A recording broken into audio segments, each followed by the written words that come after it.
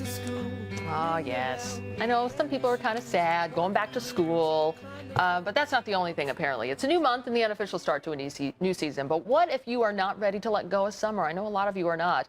A lot of people love the long days and lazy weekends of the season, and they are not looking forward to the changes that autumn brings. So how can we best cope with the fading of a favorite season and the onset of a new one? Here with some answers, Dr. Shilpi Agarwal, a board-certified physician in family medicine. Good morning to you. Good morning. How are you guys? Well, thanks so much for coming in. You know, I'm kind of surprised. I'm probably one of the very few that's like, bring it on, because I don't like the heat and humidity. But there's a lot of people out there that it just does kind of signal getting back to, you know, colder temperatures, that type of thing. So really, to start off, what can we do moving into the season?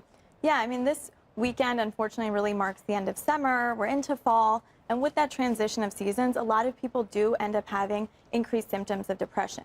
And one of the reasons that that happens is because we have much less daylight, and the fewer hours of daylight increases a component in our body called melatonin. You may have heard of that, causing increased tiredness, fatigue, grogginess. And what we also know is that more melatonin will actually affect our serotonin levels. That's the chemical that makes us feel happy, excited, energetic.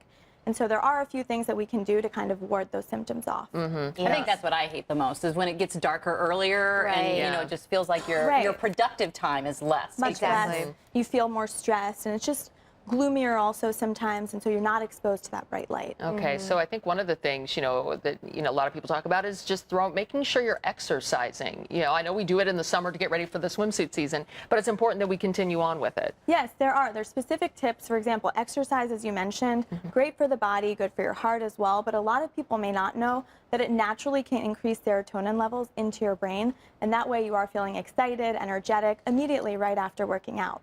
So is it something like, what if you don't want to get out because it's dark and it's cold, or it's whatever, and can you just do a little bit in your home, and how much do you need to do before it really makes a difference? Usually about 30 to 40 minutes always is good. I always encourage people to mix in high intensity with some relaxation things, so like yoga, stretching, even some types of Pilates with those harder workouts, because that's still going to boost those levels in the brain and give you more energy. It's hard to get started. Once you do, you'll really feel the benefits right away. It's not something that you have to wait longer.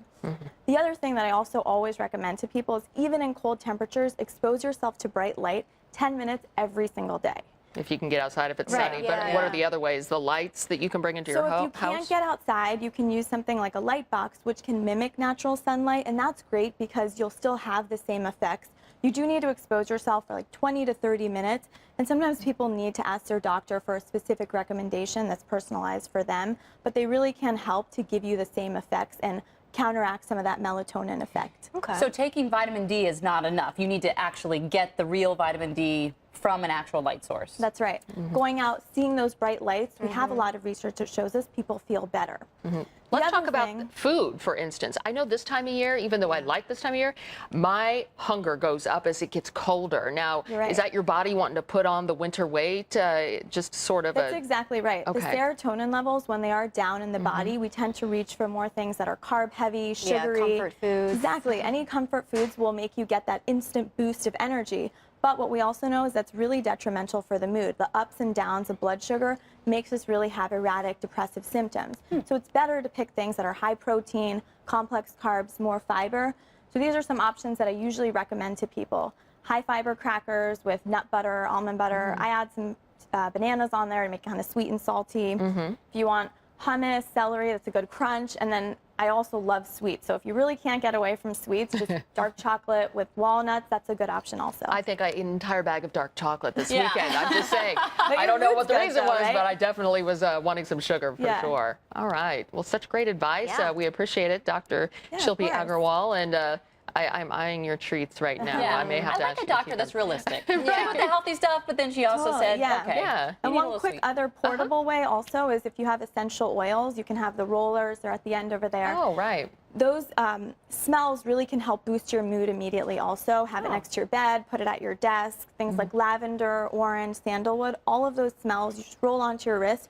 Instantaneously, you have a better mood. And I'll just add to that, good music. Right. Music is a good pickup. Important. Yeah.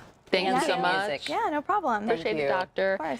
All right, time now 9:21 on this Monday. Coming up a little later, drunk history. Bar owner and drink historian Derek Brown has opened up the Good Day Bar. Hey. We're going to check in with him a little later for a special Labor Day cocktail that can trace its roots all the way back to one of America's founding fathers. First, though, why today could be the time to buy. We'll explain when we come back. Maybe better than Good Friday. There's